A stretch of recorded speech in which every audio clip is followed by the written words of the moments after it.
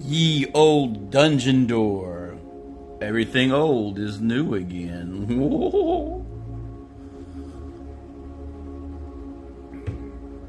The first cup of coffee in the morning is the bestest. So, I saw a discussion comparing the editions on how they handle doors and blah blah. Which is best? Always the best, bud. You didn't know? But yeah, all doors should be stuck. The dungeon's trying to kill you. If you don't like the door being stuck, you should kick it open. Or find a way to leave it open. Lean a chair against it. If you leave it unattended, most, not all, will close. I take a nuanced approach to it. By default, all the doors are stuck. 2 and 6 add strength bonus. You get one attempt at it unless you can think of a better way to open it, right? Like a joint effort or use the crowbar. I don't know why my guys always lead with the crowbar. I use it as a base +1 to open a door, but technically, if you want to take the time and you have a crowbar, you can open any door. You forfeit any type of surprise. We'll roll D4 rounds, and the other guy on the other side of the room will be like, "Oh, someone's trying to come in. Let's stage an ambush. Let's leave. Let's do something, right? Let's stand here like 8-bit minions in a video game." No, they won't do that. Some mindless undead and automatons might, though, constructs and such. But 2 and 6, that's how I do it, and they're all stuck. Most of them closed. Now, depending upon the nature of the door, if it's not wood, like it's stone or it's metal, then it may not close. I've been using strength checks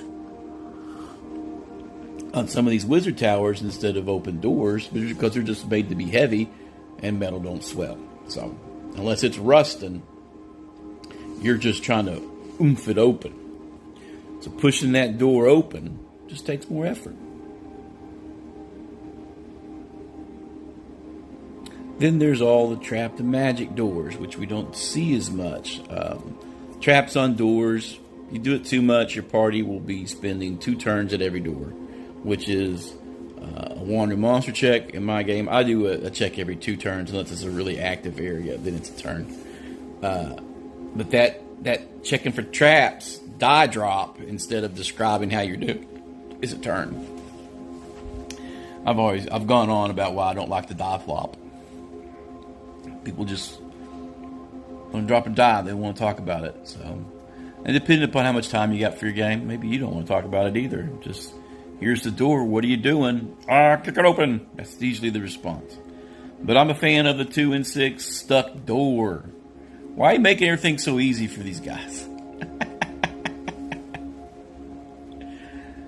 It makes noise too. It's a chance of surprise. If I bust the door in and that means the door flies open. That's a roll for surprise on your opponent. Bottlenecks happen in the door. That surprise round can get you into the room where you can fan out to be, a better, instead of just locked and blocked in the door.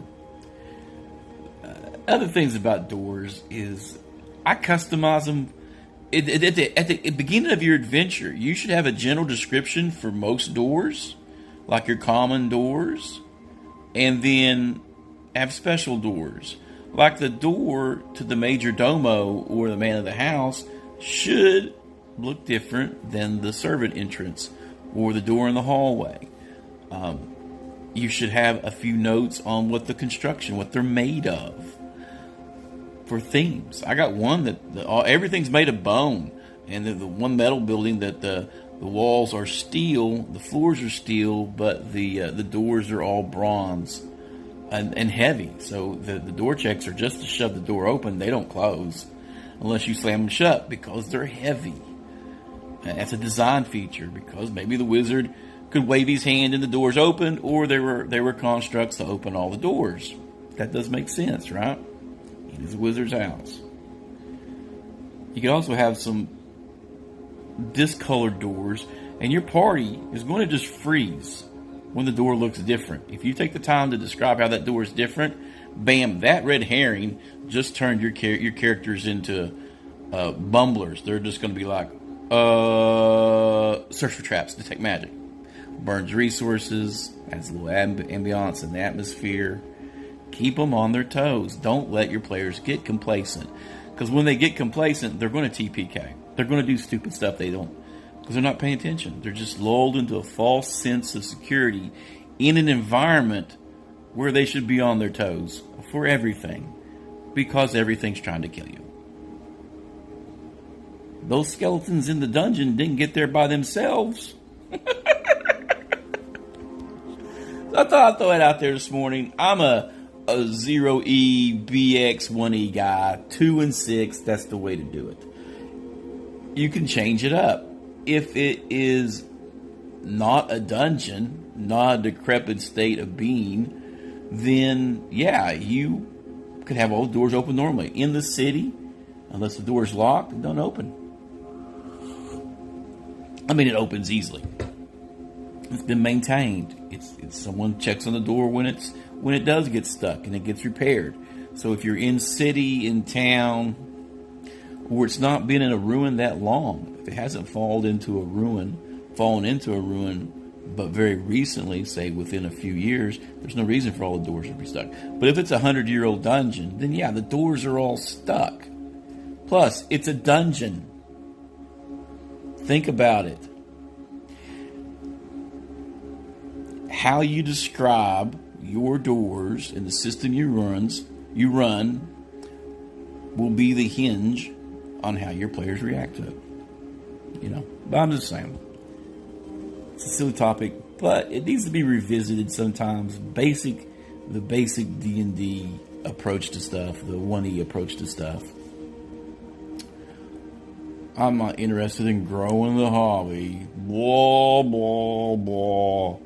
But I'm okay with giving advice to people who are here to learn and stuff, right? Or have a question. I'd like to know how to be a better DM.